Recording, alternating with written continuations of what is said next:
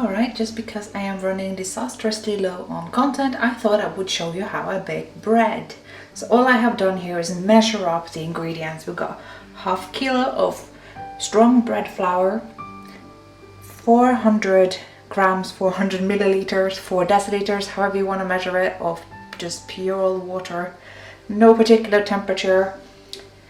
We have 1.5 teaspoons salt and a half a teaspoon dry yeast. Now the recipe actually calls for 1/4 teaspoon dry yeast, but for some reason I find that in the UK I need half a teaspoon. In Norway, 1/4 teaspoon is fine. Don't ask me how this works, but that's just what I have found. So what do? Well, salt, put that on one side and make sure that the dry yeast goes on the other side. You don't want these to touch directly because the salt apparently deactivates the yeast and we don't want that. So let's just mix this together. Just make sure we have one nice dry mix of flour, salt and yeast. And make sure not to get flour everywhere, because one of the advantages of this recipe is that it really isn't all that messy. So the last thing we need to add now is the water. So I'm just going to do that. Yep, that's it. That's all your ingredients right there.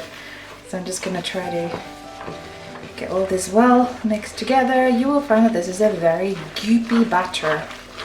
If it's too goopy, you can add more flour, which I think I will do.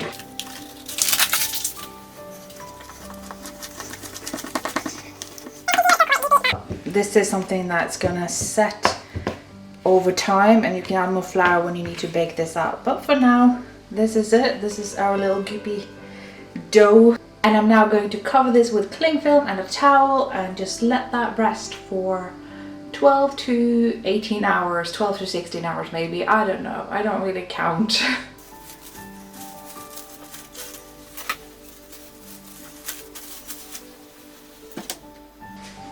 This is not necessary, but sometimes I put a nice big rubber band around because why not, really. And just pop a towel on top and just let this rest. My advice for resting temperature is just not keep it cold. You can keep it warm if you are Scandinavian, might want to put it in the hot bathroom. I don't know what British people do, honestly. Maybe put it next to a radiator. It really doesn't have to be very warm, but you just want to make sure it does not get cold. So leave that for at least 12 hours and then we will reconvene. So it's the next day, and yeah, I had to check on the dough earlier, so I took the cling film off, and look at that.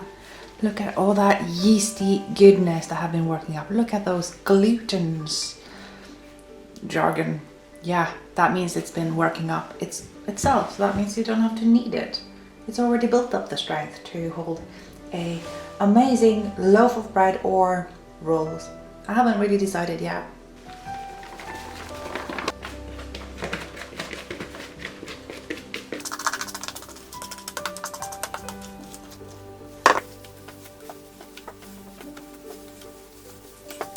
So what you're going to want to do now is just keep folding this dough until it builds up some structure.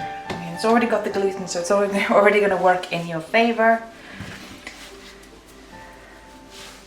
We just kind of want it to be less like a thick goop and more of a substantial dough.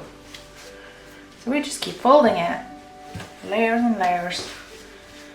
If anyone's like, oh, but aren't you kneading now, huh? This, first of all, is the least exhausting thing I could be doing. I am merely just loosely handling this dough.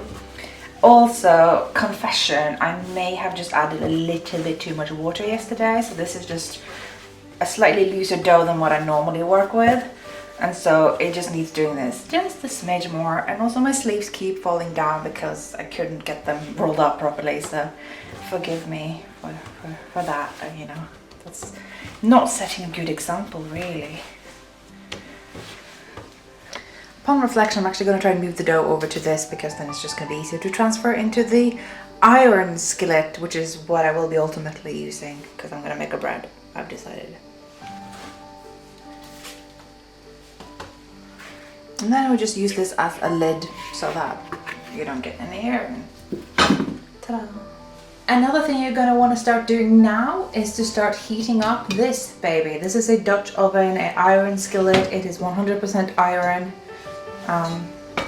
It's also remarkably clean because I always use the baking tray in between what I bake and the thing, so you know, it saves me a little bit of work. Anywho, I'm gonna just get this one up to the max and plop that thing in here. It's now been about an hour, so I'm gonna take the iron thingy out and just try my best not to burn myself.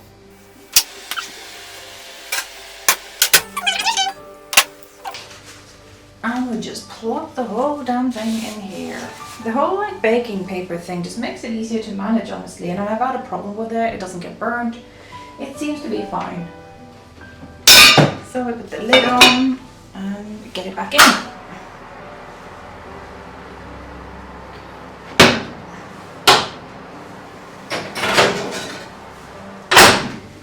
Normally I would put this on about half an hour, but I think I'm gonna go up to 35 minutes on this one because this dough is a little bit goopier than my usual ones.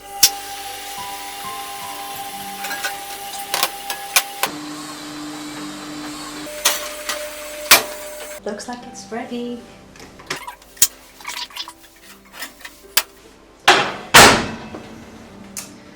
Alright, look at that. We have ourselves a beautiful loaf of bread right here. Just lift it out of here.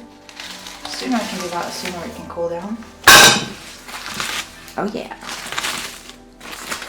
And as you can see, the actual kind of silicone baking paper is completely unharmed, and I can use it again. And the bread is making that good bread sound.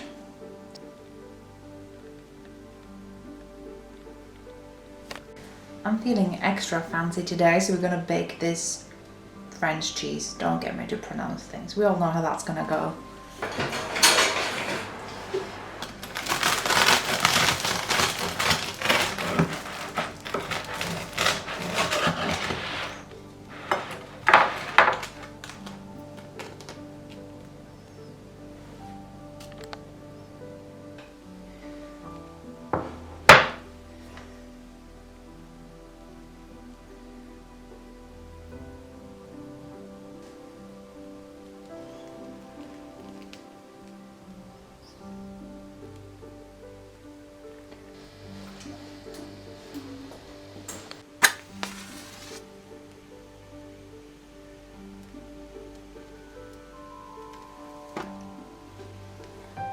Så tenner vi 2 lys i kveld, 2 lys for håp og glede.